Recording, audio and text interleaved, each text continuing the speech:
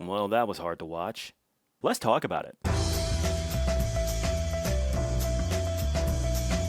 I'm gonna start off saying something that is going to make me look like a big fat douche. I always hated these types of videos that I'm sitting here actively making. The ones where dudes make little play-by-play ass recaps on stuff, you know? Cause they always have these super clickbaity titles like, oh my god, best episode ever, oh my god, and all that crap. But I just watched an episode of the stinking indie animation series that has a lot of moving parts that I can't help but want to discuss here. So, here's my stupid play-by-play video, explained in autistic detail. I'm assuming we all already saw the episode here, and I'm also assuming we all know the scene that I'm referring to here as well, because, I figured you wouldn't be able to recognize the thumbnail without knowing. So, yeah. But, yeah. Here we go. It was just another day of whatever random ass adventure occurred in the digital circus, and Pomni and Jax just had a rousing great time of getting into a Quake 4 deathmatch with their neighbors. Because shooting your friends is really fun. Before up to this moment, despite them just being maniacs, they were still having fun together, as Pomni specifically said that she was just gonna go wild throughout their gunfight. And she does. And Jax happily follows along. After they have defeated everyone, Pomni decides to continue playing the part of chaotic evil and decides that they both should betray one another. Jax did straight up say that there's no real harm to any of this gunfighting, so Pomni is still just trying to have fun with it. But Jax is effing weird and decides that he is done playing along. More than likely as a result of Pomni physically getting close to the guy and him just realizing he's getting way too comfortable around her. He asks her to shoot him down, and in the process fully commit to the crazy character she was just acting as for fun for a little bit. Pomni obviously refuses, because there's nothing entertaining about that, but Jax pesters her on about it. At this point, Pomni and Jax were clearly trying to have two different kinds of fun, but in the process of them being a team for a little bit, their own forms of enjoyment intersected and they kinda traded each other's vibes. Pomni got a little bit chaotic, and Jax got a little bit friendly in the process.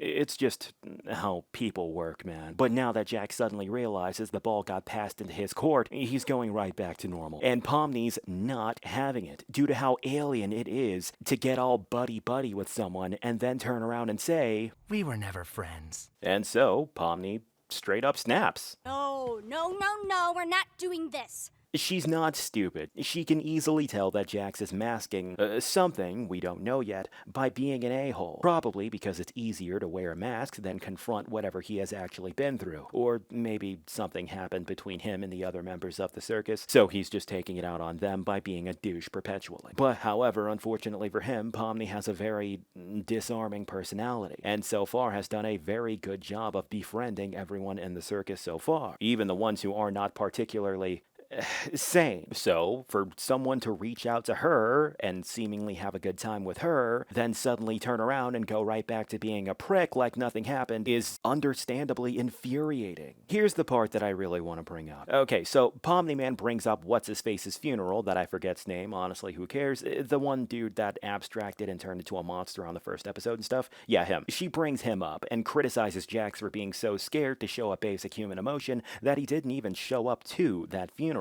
And as a result, Jax snaps right back. And when I watch this on YouTube, I can't help but replay this part a lot. Have you ever thought that this might be what causes people to abstract in the first place? Oh my god! Are you seriously gonna blame me for something that everybody else did too? You didn't even know him! You don't even know what people are like before they abstract. They are not pleasant to be around. Like at all!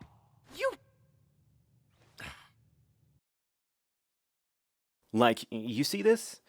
I just wanted to point out how subtle it is to go out of your way to show this character freaking out, then immediately recomposing himself and keeping his act up. It's so poignant and, honestly, almost creepy to witness. Like, so many of these indie animation shows solely rely on obnoxiously saturated, over-designed characters with one-dimensional personalities, so to see this level of nuance while sitting on YouTube watching an animated series, you just don't get stuff like this in indie animation. They always prioritize other things, like having characters swear over and over like a fucking 6-year-old that just now discovered what swear words are, but never mind that. What would you do if I abstracted tomorrow? I'd move on. And probably forget about you. Okay. Okay.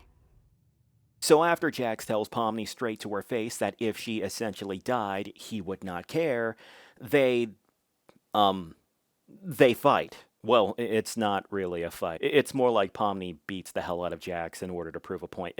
My point is that it's not the fun to watch kind of fight. You know what I mean? It's the, oh my god, what the hell am I witnessing type of fight. Less Goku versus Broly, and more Hinata has an emotional breakdown and attacks Kageyama. Pomni's objective was to prove a point that Jax was just being a tsundere because he isn't interested in showing emotion, and she did so by testing his mettle and trying to fight him and demanding that he fight. Jax did not. He refused to fight back. Not because of the fact that he secretly cares deep down inside, and probably more because of the fact that he has no idea what the heck is going on, and he's not gonna start fighting her out of nowhere for no reason. What Pomni unfortunately does not realize that he is not a tsundere. He's just mentally sick.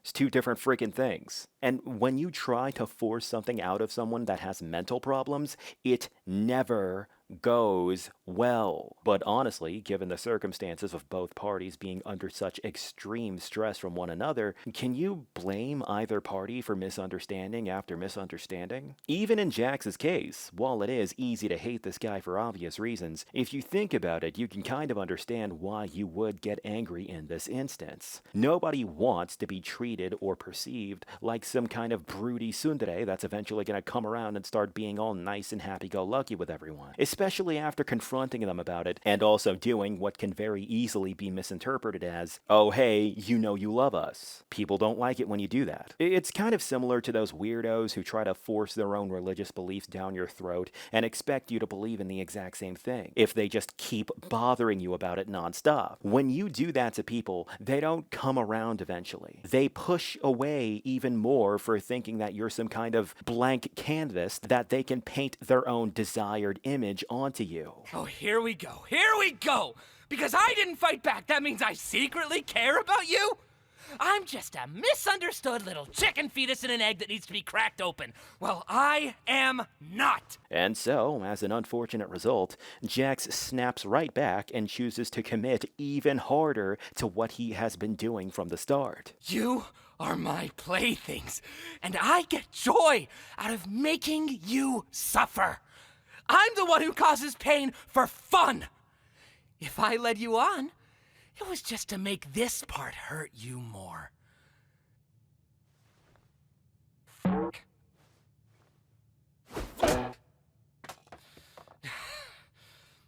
There's nothing more to me. So please, just stop looking.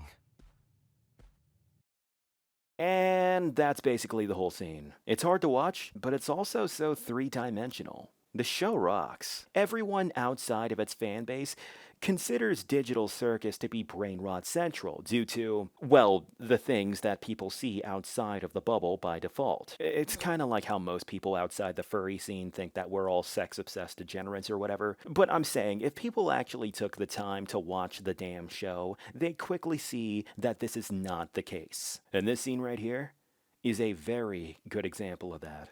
So, yeah. That's pretty much all I wanted to say. This is Blacklight Jack signing out. Thanks for watching, boys.